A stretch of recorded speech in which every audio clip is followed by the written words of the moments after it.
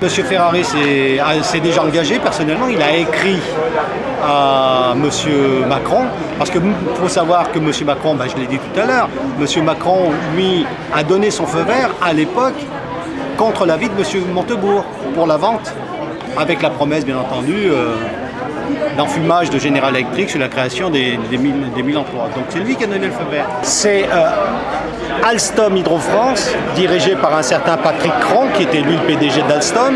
Monsieur Cronk a décidé de vendre la partie énergie d'Alstom au plus offrant. Sauf que General Electric, il y a 8 ans, avait une branche hydraulique.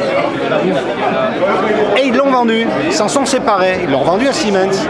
Et tout d'un coup, ils se retrouvent avec un bébé, l'énergie d'Alstom, le secteur énergie d'Alstom, qui a une partie d'hydraulique. Il y a de l'éolien, il y a des turbines à gaz, mais il y a aussi de l'hydraulique. Et là, nous, on s'est dit, mais attendez, il y a 8 ans, M. General Electric, il s'est séparé de sa branche hydraulique. On est un peu inquiet par rapport à l'avenir de l'hydraulique à l'intérieur General Electric. Vous inquiétez pas, on va créer 1000 emplois. Ils se sont engagés auprès des différents ministres, de tutelle, et ainsi de suite.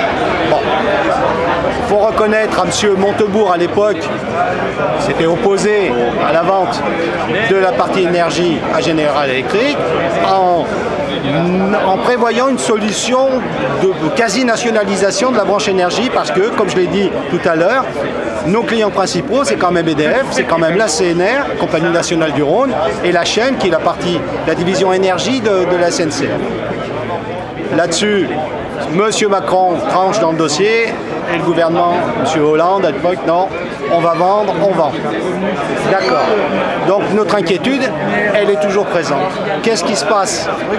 Le General Electric commence à tout chambouler, à mettre en place ses lieutenants et nommer, je vous le donne en mille, la branche, à la tête de la branche hydro, de nommer qui? Monsieur Pécresse, le même qui nous avait envoyé dans le mur chez Alstom, est reconduit chez General Electric pour diriger la branche hydraulique et la branche énergie de General Electric. La plupart du personnel ont joué le jeu, on dit bon, on va partir avec General Electric, ils promettent d'embaucher 1000 personnes, on va voir ce que ça va donner, il y a des nouvelles technologies, on va jouer le jeu. Et puis patatrac, on nous annonce petit à petit que les chiffres sont mauvais, qu'on a des défauts de qualité, qu'on a des retards de délai et qu'on a des retards de conception. Sauf que quand on prend l'historique, ces retards de délai, ces défauts de qualité sont dus à des choix industriels. Des choix industriels que nous, la CGT en particulier, mais d'autres aussi, avons dénoncés dès les années 2000, début des années 2000, voire même milieu des années 90, en disant non, les choix que vous faites, c'est pas les bons choix, c'est pas possible. On peut pas être comparé, nous, à des Chinois ou des Indiens, parce que si vous voulez faire ça, vous devez payer un technicien 100 € et un ingénieur 300 € par mois. Et là, on sera compétitif.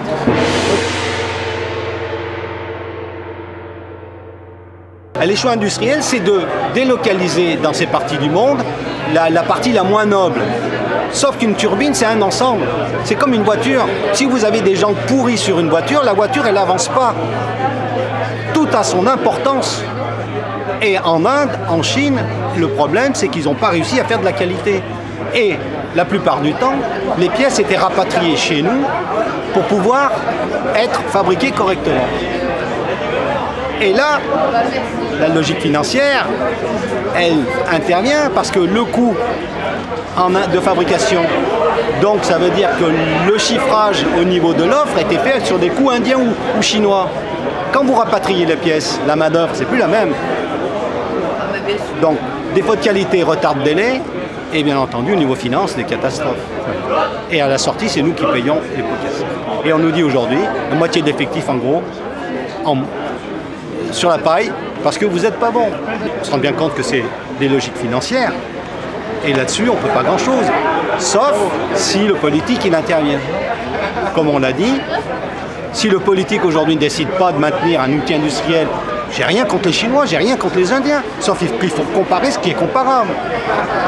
Si on donne aux Indiens les 35 heures, la sécurité sociale, les conditions de travail correctes et compagnie, vous allez voir que le taux de main-d'œuvre, ça ne va pas être le même.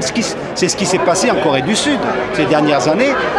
Les travailleurs coréens se sont mobilisés pour avoir des meilleures conditions. Et comme par hasard, ils sont devenus de moins en moins concurrentiels sur le marché international. Ça se passe très bien au niveau de l'usine. On a eu un rassemblement hier du personnel. À 14 h, il y avait à peu près 75% du personnel présent sur le site qui est sorti nous écouter. Alors qu'ils savaient très bien qu'ils avaient, une heure plus tard, à 15 h, une information de la part de la direction. Ils sont quand même venus écouter les syndicats. Et il y a des anciens directeurs qui étaient présents aussi.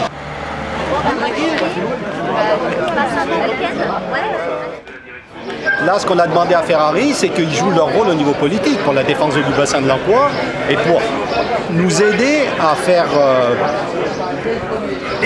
échouer ce plan de saccage. Nous, on appelle ça le plan de saccage PSE, plan de saccage de l'emploi. Et là, le rôle des politiques est primordial. Ferrari s'est engagé à ça.